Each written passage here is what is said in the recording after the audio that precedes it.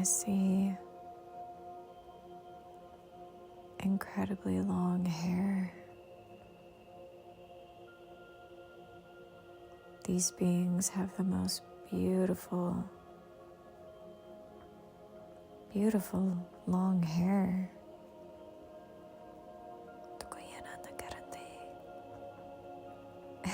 It's definitely giving Rapunzel vibes,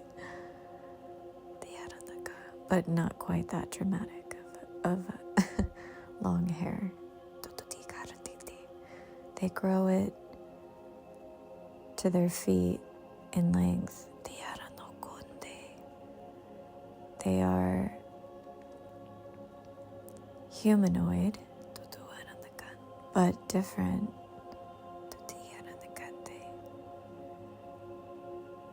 They have some level of dragon DNA in their code. Specifically in the neck, they have a very long neck. Their hair is very sacred,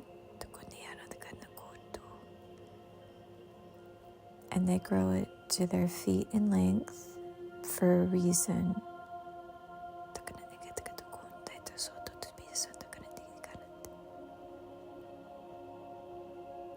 I'm seeing it symbolizes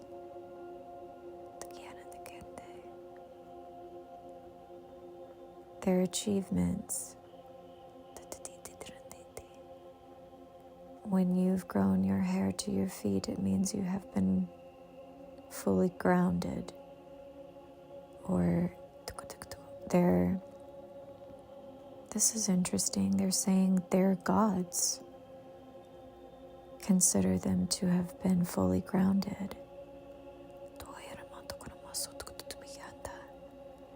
Their kind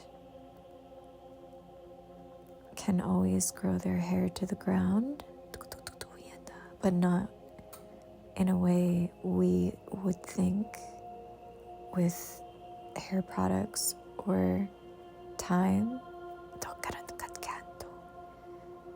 Their hair grows based on their wisdom.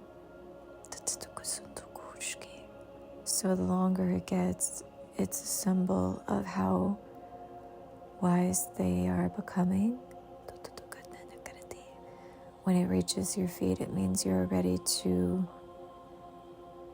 I guess, how we would understand it is it's like a rite of passage. It means you no longer need training and can master your own craft. They're saying whatever choice that would be,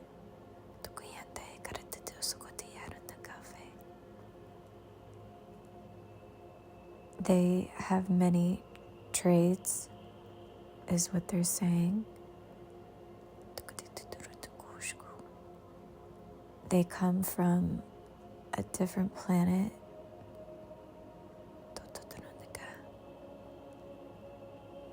Their planet is, they're showing me like a marble. They said it's like looking into a marble. And then they emphasize their name is connected to the word marble. Or something. Yes, it is.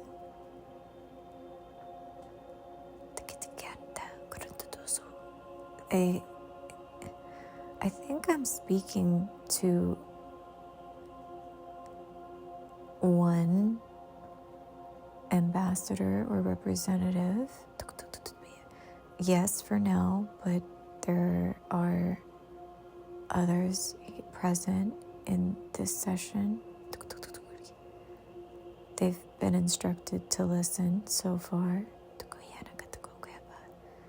but they're excited. They're showing me what they look like. Oh, they're so interesting. okay, they have really long noses. And very interesting nose ring type of accessory in their noses. Some of them remind me a little bit of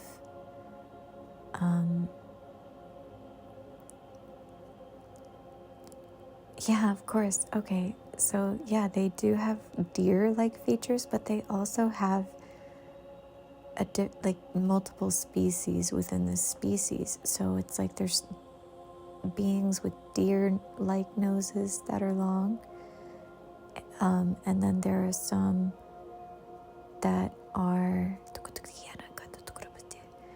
They really don't want. They don't want anyone to freak out when I say this, but it looks like they have a species that also has like alligator-like features. Completely peaceful beings. Also have nose rings.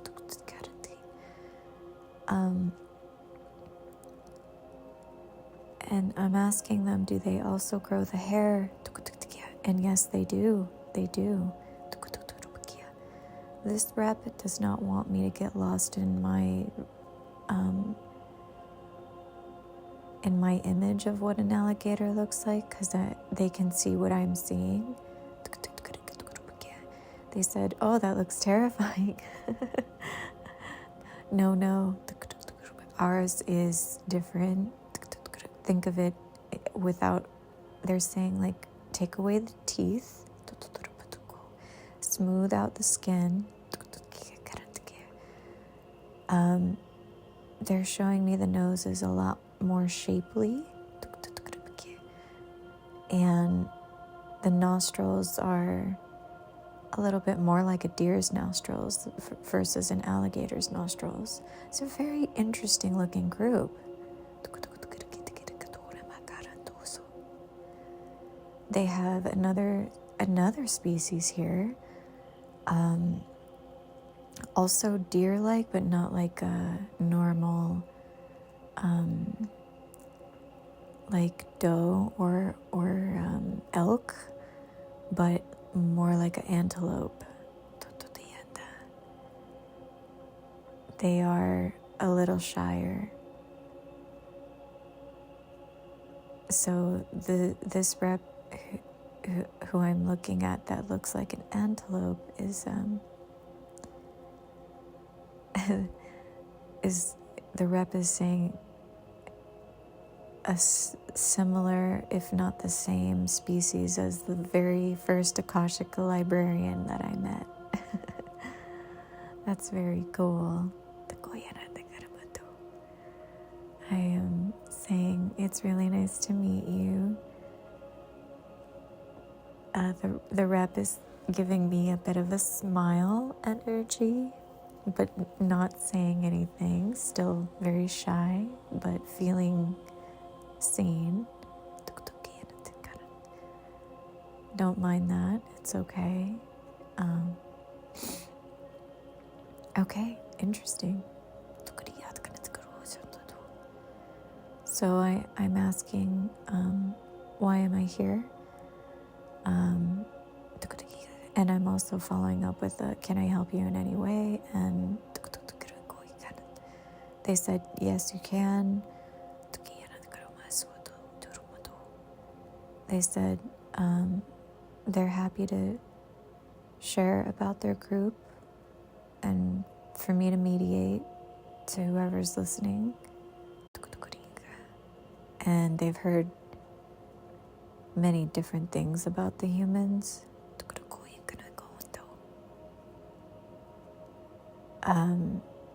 It's funny, like I got like the look up and down, like the head to toe scan,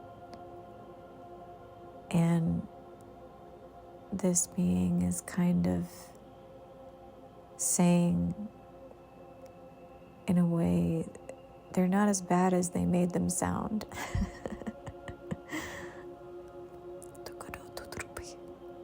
Still peculiar looking though. They're very fascinated with my fingers.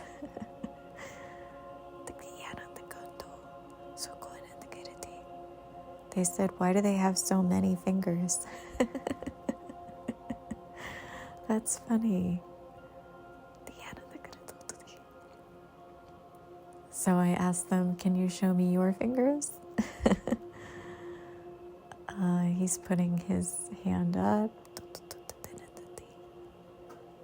They said, it does feel a little bit like a hoof, but at the same time, they don't need fingers because, oh my God, this is cool. They can do things with their mind. Look. They can literally manipulate everything with their mind. They said, yeah, we don't need hands. They said they are a very futuristic species, which is very interesting because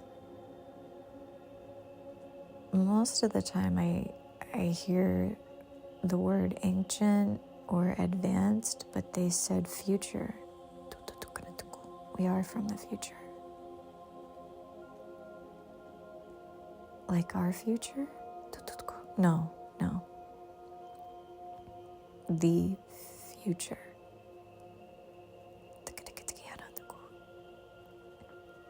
Another just chimed in and said it's hard for them to understand that. And yeah, that's true. How can we better explain it? This is going on between two of them. The other one's explaining.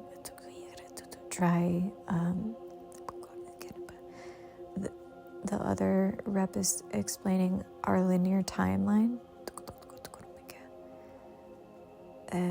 He's like showing him a demonstration of what a linear timeline looks like.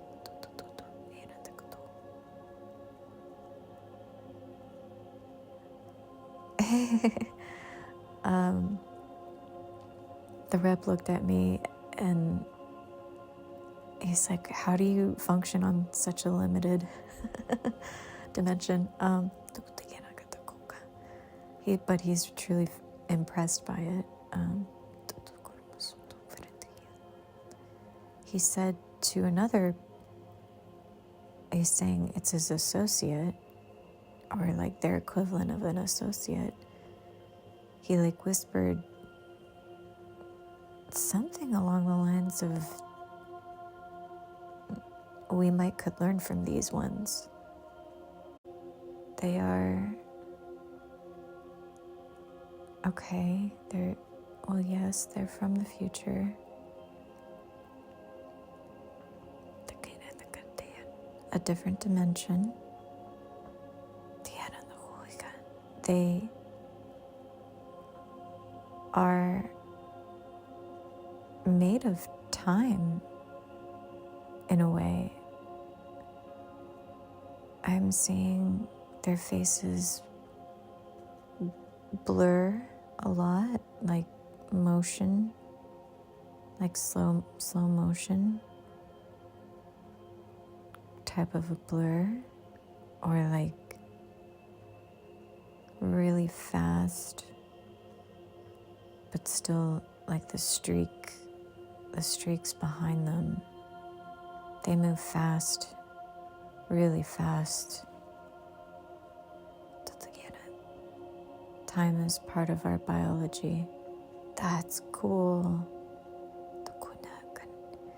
So they're saying,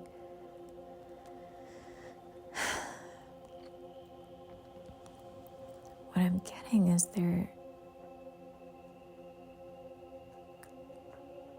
it's confusing. It's like they're both physical, but also a hologram. Sort of. One of them got excited about that. It's very hard and complex for us to understand. They move through time, so they can't be physical like me. But but they do need some level of molecular structure to exist. Correct.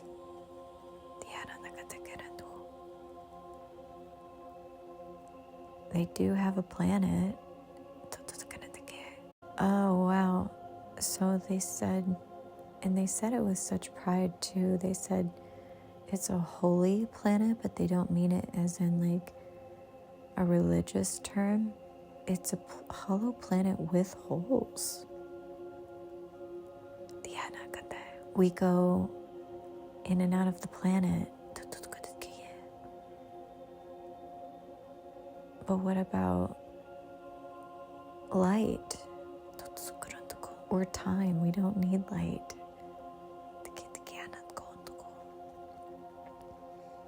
Although we love light, but we can survive just as easily in the dark. They're showing me some of their planet a little bit. There's another being here. He looks really interesting. He has like the shape of a hammerhead, like face, but he's not a hammerhead shark. He's like a hammerhead deer. He just looks like, she can see me. Yes, I can see you. Very cool. Yes. Anyway, they want to take me down the hall more on like this, a little bit of a tour. They said, like we were saying, the inside of our planet is not just darkness, although we can thrive in darkness. Look inside. Oh, wow. Oh, it's like neon heaven down. It's so beautiful. It's bioluminescence inside their planet. See how much light you can create in darkness? The universe is a magical place. Time can create its own light. The future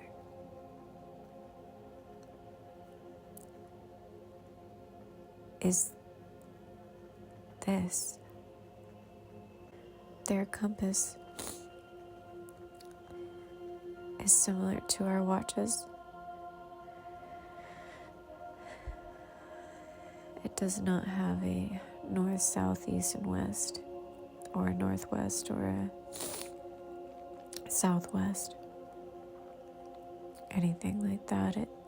Their compass is like a watch with a long hand, a short hand, and then the second hand.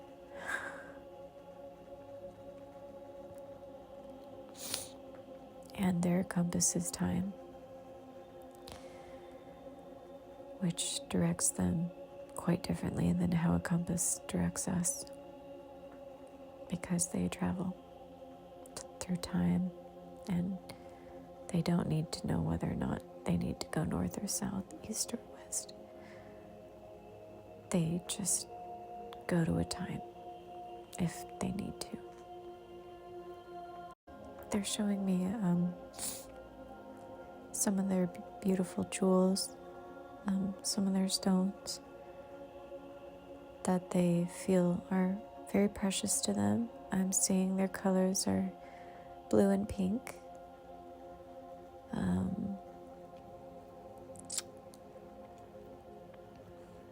Lots of blue and pink.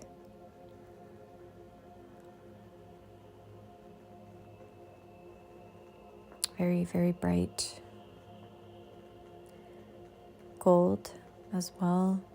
Silver.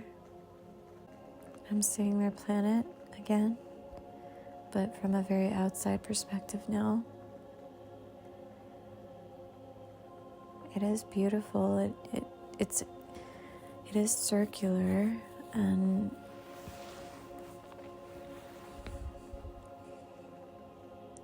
it's funny because like they're referring back to the marble when you look at a marble, but they're showing me like the kind of marble that like when you look into it you can almost see like bubbles, and those bubbles are like the hollow points where like they have cities and these beautiful bioluminescent like villages. Just gorgeous, beautiful. It's a very beautiful planet. They're very big on, they don't really eat anything, but they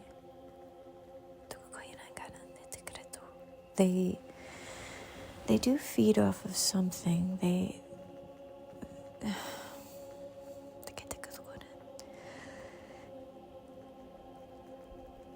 It's like they feed off of some kind of plankton in the air. They're like, it's like flavored air. The clouds, they feed off the clouds as well. They're so multi-dimensional that they can jump up to the clouds and eat whatever they need to eat or feed. And their planet is so sustainable.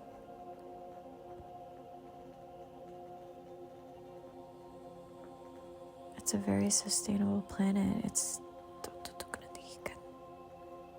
also very tucked away, okay? Remember, it's in a different dimension. So if you were to look for it in your dimension, you won't find it there. Although it will be on the map, but it won't be the same. Yes, that's fair. Very well. They're gonna try and show me the symbol so I can try and find it in the constellations. They're showing me a mirror. Okay. Could be Cassiopeia. They could be Cassiopeians.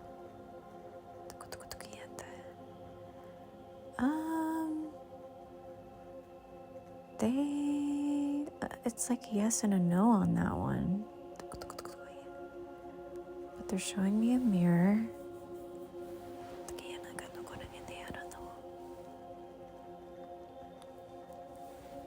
So I'll have to look at that. I'll have to see if I can find something like that in my research.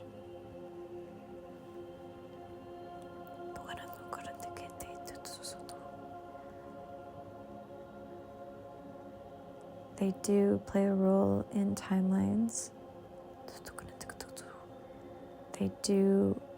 They're saying pluck the strings because they know that we'd be able to understand that visual based off of the movie Interstellar, where he pulls the timeline strings. They do that. So, oh, interesting. Okay, so they actually are the ones who will pull the time strings. So they're saying it's actually like playing an instrument. When you see the lights flicker, that's sometimes is them. When you hear certain sounds in like a Morse code pattern out of nowhere, that's them.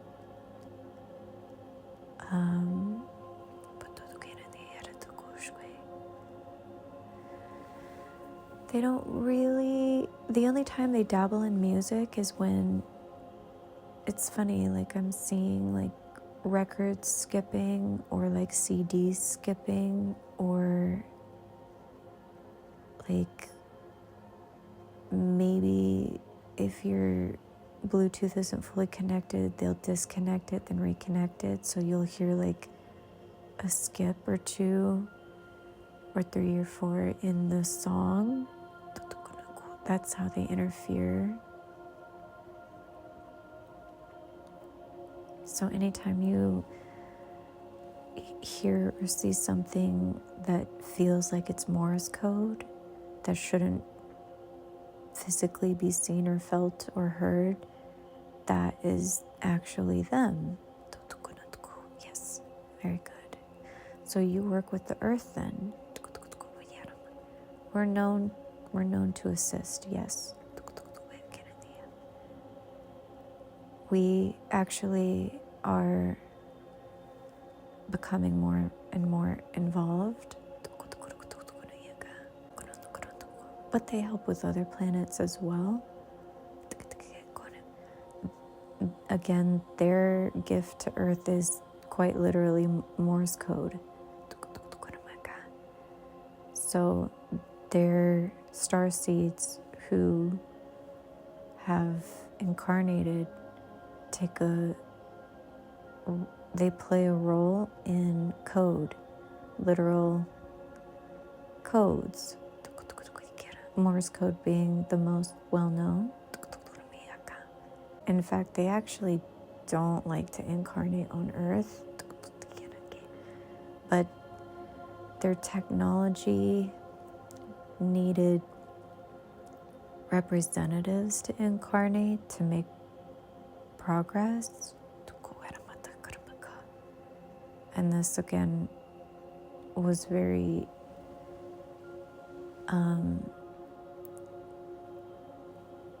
typical for the first wave of volunteers, which I believe is around the time of World War II.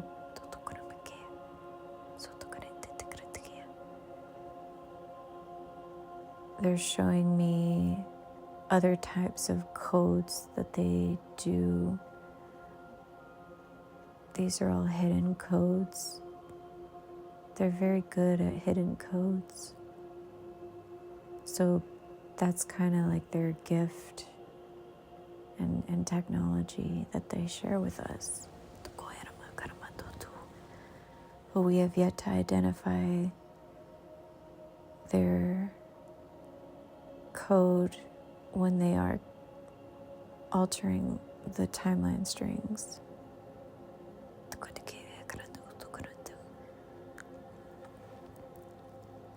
There are time codes, literally. When you see a number inverse on itself, that's usually kind of a symbol for them.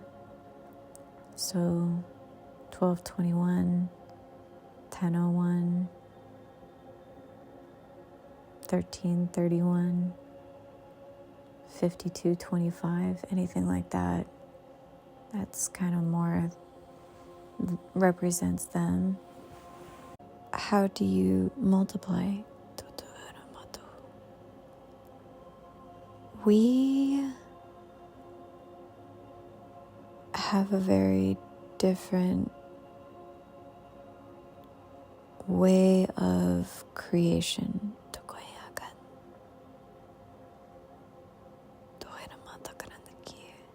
We borrow time. What? How do you borrow time? It's a very complicated process. But we borrow time, and then we return time. But that's how they multiply. For you to understand how to borrow time would require you to actually experience it as a physical element. But you can borrow it, and then it's returned after the multiplication has succeeded. Some of us have more time in our biology than others. So our DNA fluctuates. Some of us have lots of coding in our DNA that is time, while others are more molecular in their coding with less time.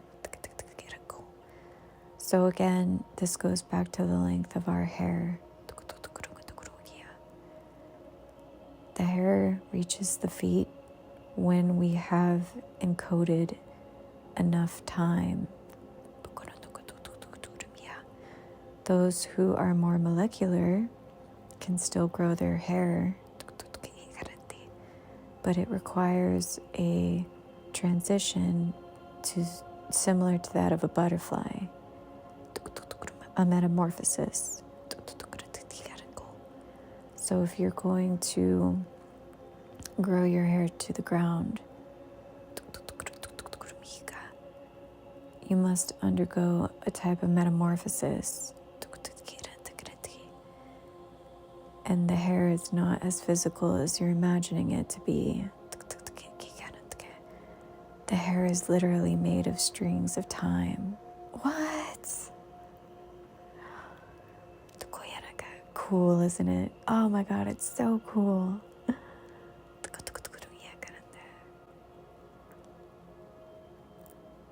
It's glowy. Yeah, like Rapunzel. Oh yeah, okay. That makes sense.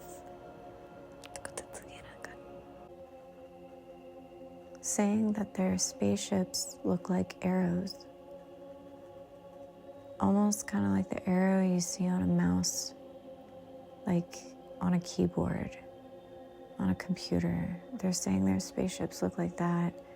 And now they're showing me the Ace of Spades. Their ships look like that.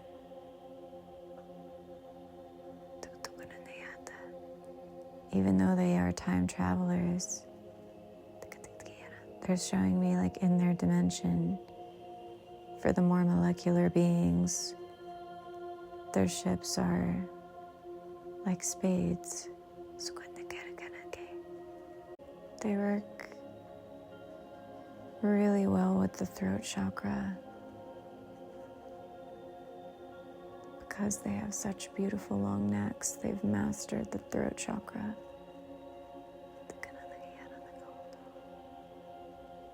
It's very important that you not just focus on your posture in your back, but also the placement of your neck. They've mastered this.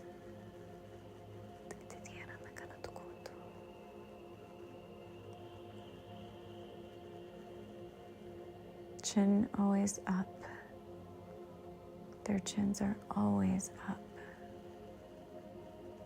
Not like tilted to the point their head is back, but their chins are always held high.